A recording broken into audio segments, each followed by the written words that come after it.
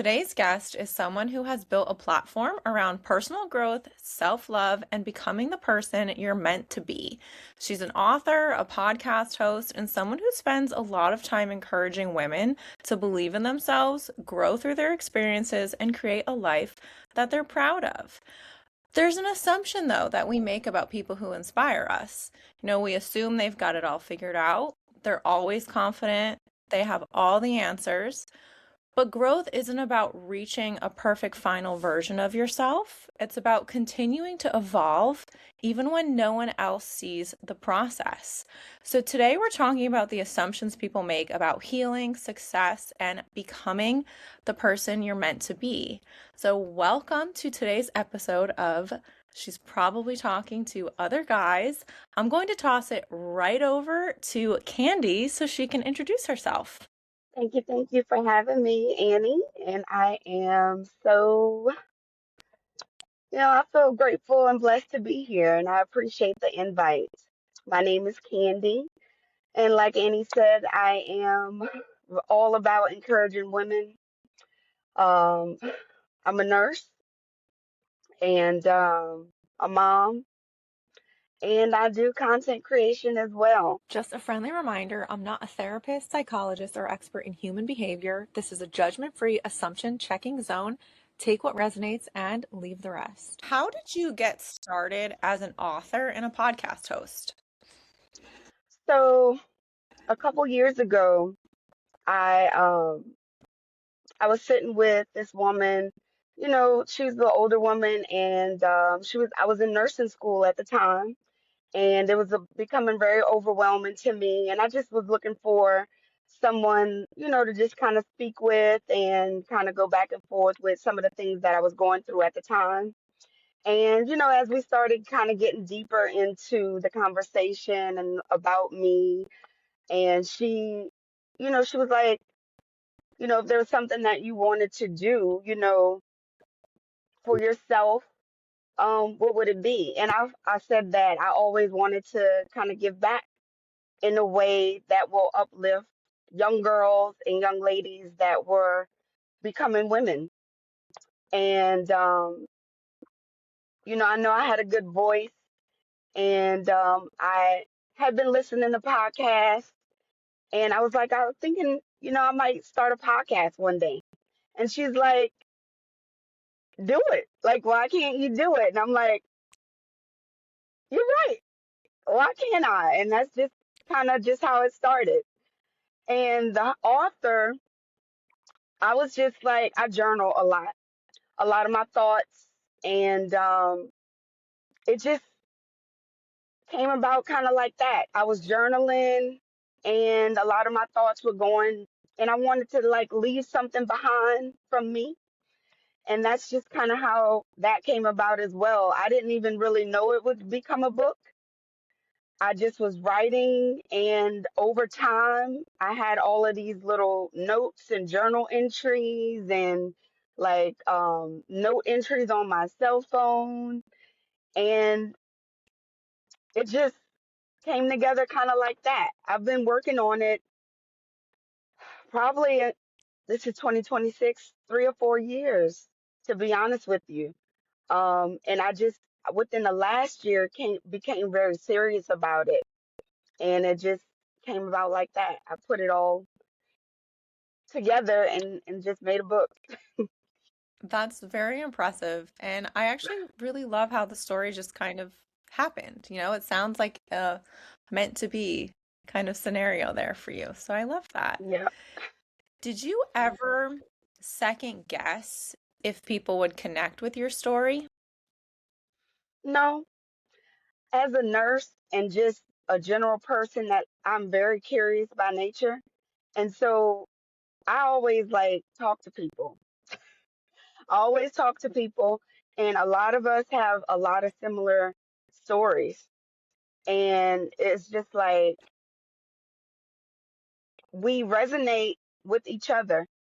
And I feel like people would resonate with it. I didn't even think of it that far, to be honest with you. I knew it was something that was on my heart to create, and I just created it, And it was kind of almost an afterthought, like if people would resonate with it, that would be great. But it wasn't like the end all be all. Based on releasing your book, right? You kind of, I feel like, had this gut feeling it was going to make sense to people, which it did. What do you feel like is something that like women specifically are craving right now, or that they feel like they want to connect with right now that maybe they don't say out loud to people? That they want to be heard, understood, helped genuinely, and not always have it be an exchange, like genuinely, sincerely creating a connection and having someone to hear you and see you, and understand what you're going through. And if they resonate with it, great. If you could create a connection with them, even better.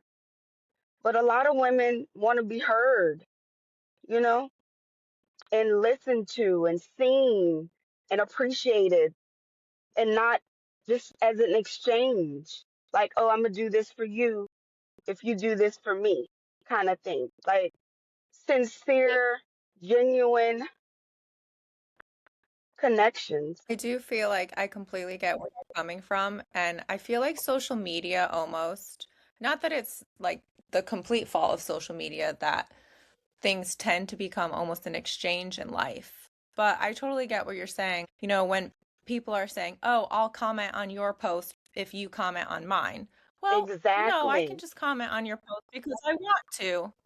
You don't Yeah, have to necessarily comment something back. Before we move into the assumption portion, I have one more question for you. So, what is the biggest misconception about the thought of becoming the person you're meant to be?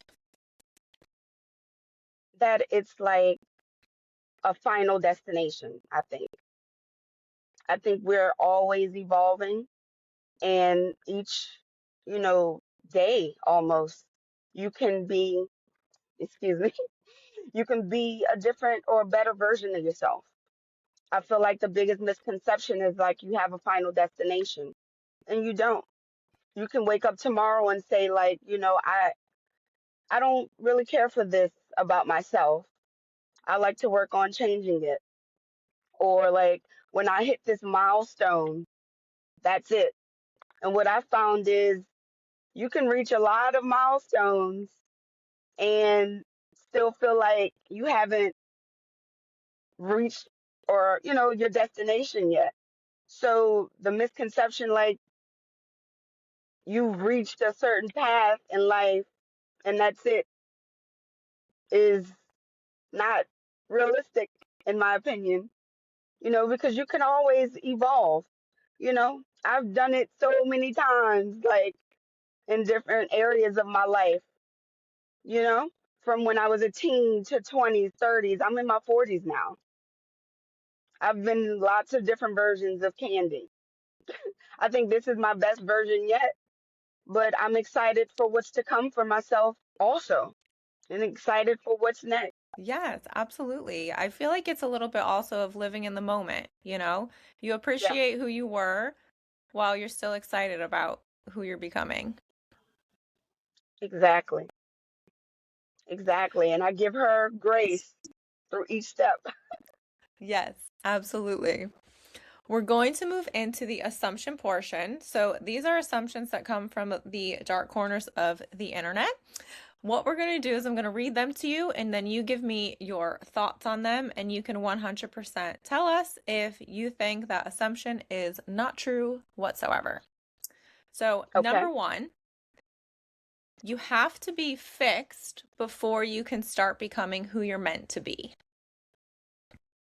Hmm. What is fixed?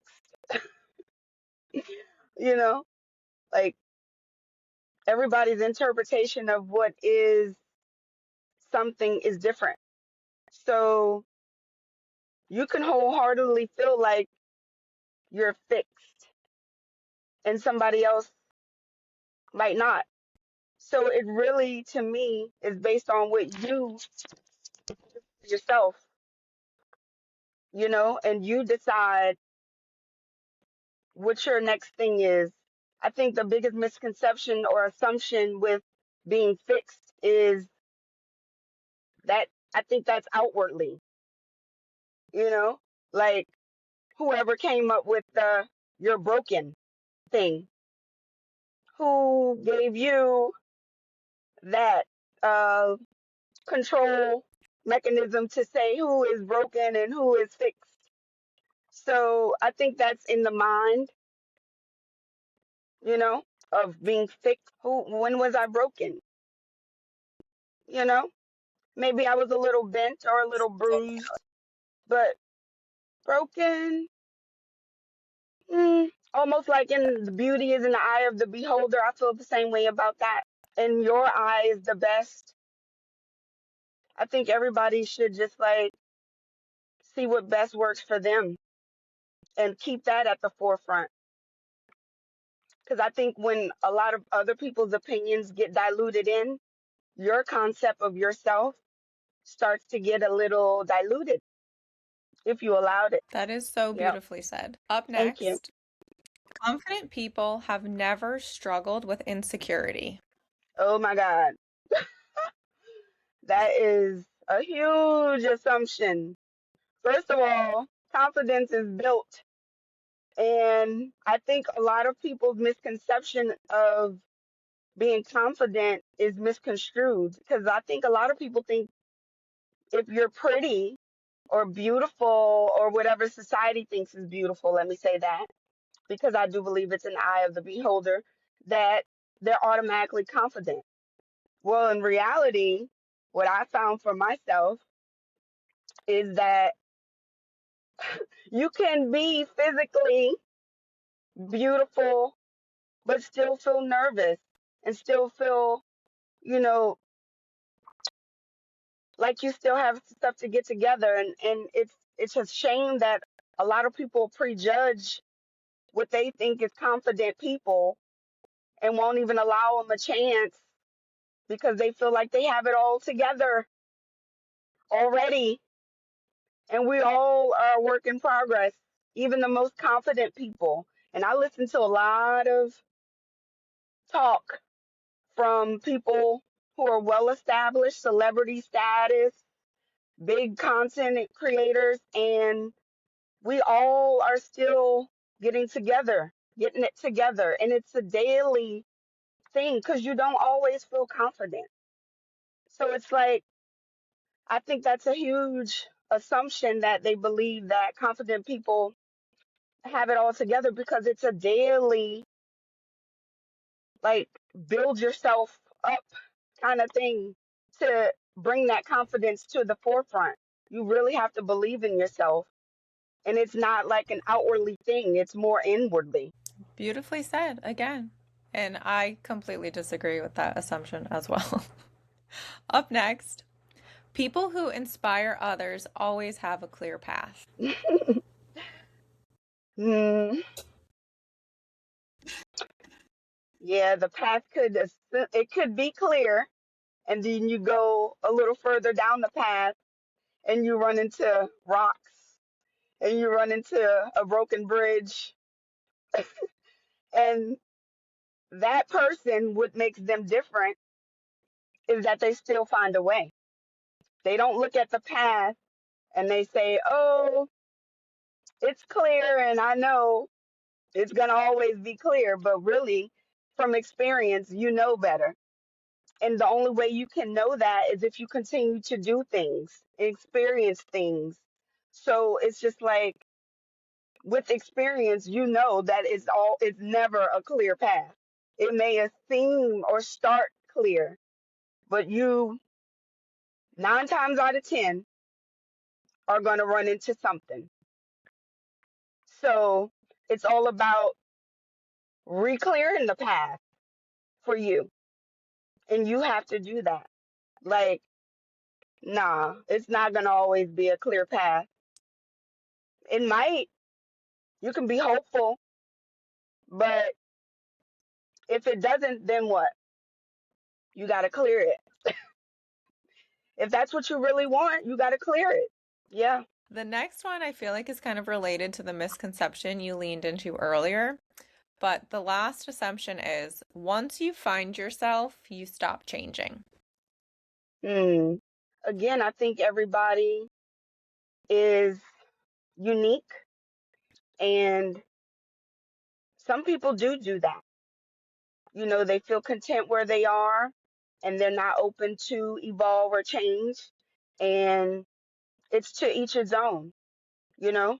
And us as humans, if we are really about connecting with people, you can't be so judgmental and close yourself off if this person decides to say, "Hey, um, I'm done growing. I'm gonna stay here. This is where I am." And if this is a person that you want to connect with, then you have to be okay with that. And that person has to be okay with you still wanting to grow. And if you want that connection to last, you too have to be agreeable to allow each other that space to make their own decisions and feel like they made the right ones for themselves. Yeah, some people, they do feel like I'm where I want to be and I'm good. It's just unique for everybody. Because I have run across some people that are like, yeah, I think I made it. And to be honest with you, they probably have changed and they're just missing it in some kind of way.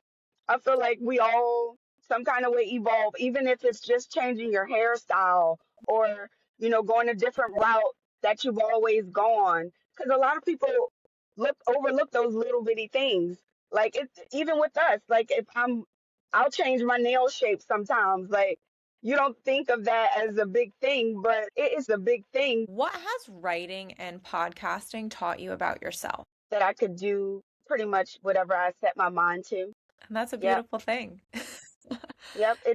Each time I try something new, it just builds my confidence.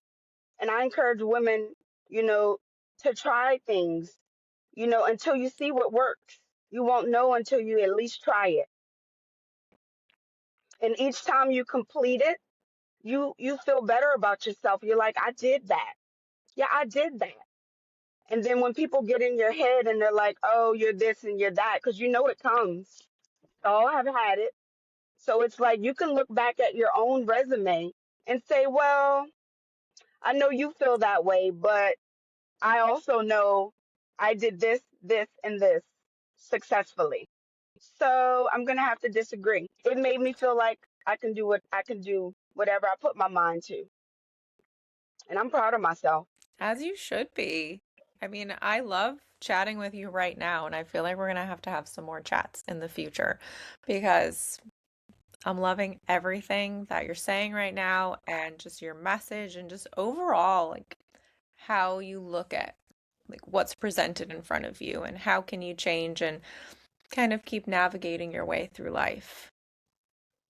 Yeah, I'm my own kind of competition. I've always felt like that. I'm really into self-evaluation. I'm open to constructive criticism. I just want to be the best I can be in whatever time I have while I'm here, to be honest with you. I'm so grateful. I love my life. And yeah. Now, correct me if I'm wrong, but the name of your podcast is Hey Young Girl? Well, I just changed it. When I first came up with Hey Young Girl, my whole concept was like, from a young girl, I used to counsel and things when I was young, like with summer camp. And so that's really what it was all about. I wanted to be a voice to other young ladies if I could, to listen. And I changed it to Grow with Candy because I felt like I was evolving as well. And I saw that my audience were all different ages. And I didn't want people to feel like they were excluded because of the girl on the end of it. So I felt like Grow with Candy could evolve as I grew as well, because I'm a growth in process, as well. So it started out as Hey Young Girl, and the mindset was to assist other young girls. Because I felt like I wish I could have had that like mentor or something like that as I was growing up. That's so beautiful. And I absolutely love tuning in. Every time I see you on my feed, I'm like, oh, volume on. I need to listen to this. Oh, I'm so happy to hear that. It gets discouraging sometimes, and I had to really put it in my head, like, not to really look at the numbers and all, like, social media, like, oh, if you're not growing with the numbers and stuff like that, you're not it. But in my mind, I'm like, my goal was to help people in with the podcast. So even if the numbers aren't showing it, I'm gonna still show up because I wouldn't want somebody to, quit on me, and I'm not gonna quit on myself. So, I know things take time, and I'm very patient. What's one thing you hope every woman listening should remember about herself? That you are strong and you are capable, and just don't give up on yourself. How they say when you're on an airplane, if it's going down, you have to put the mask on. It is so true, because if you don't work, how can you help anybody else? So at the core of yourself, you have to love yourself and know that you're enough regardless of any external thing. If it comes or goes, whether it be money, relationships, accolades, if all of that still goes, you are still there. And you have to constantly pour into yourself. It's not like a light switch you can cut on and off. Like yeah, cut it off to get your rest, but cut it back on, you know? Like, keep going. Even if it's just you, you'll find your tribe eventually. What is the biggest assumption you've had to let go of in your own life? That you have to control everything. I was one of those, like, I had to have my hands in everything and let me, I got it, and it has to go like this. But life has really humbled me, and I've seen that, I don't have to have it always in control. You know, I can allow, things to kind of just, like you say, you're in the present. Let's just see how it goes. And I'm kind of okay with that. I used to is like, oh, it has to be like this. It has to, but no, I'm open to different perspectives, and I don't always have to control everything. Matter of fact, it actually is very freeing. I love that. And it just, I feel like it's just creating a whole new pathway to learn more about yourself and to grow maybe in ways that you didn't expect or you never planned. Exactly. And if you think you can control everything, you really can't. I love the serenity prayer, the one about, accept the things that I can change and the courage to change the things that I can. That's one of my favorites, you know? It's beautiful. Candy, it has been such a joy chatting with you today. You are, exactly like the radiant light that you are on Instagram. And I really, truly hope Oh, that everyone can find thank you you. and follow you and support you. For everyone tuning in, her handle will be in the Spotify description of this episode. You'll be able to click on it and go find her on social media. But Candy, it has been so much fun talking with you today, and I'm sure that people are going to be inspired by this episode. I hope so. And I really appreciate you having me on, Annie. I really do. Thank you.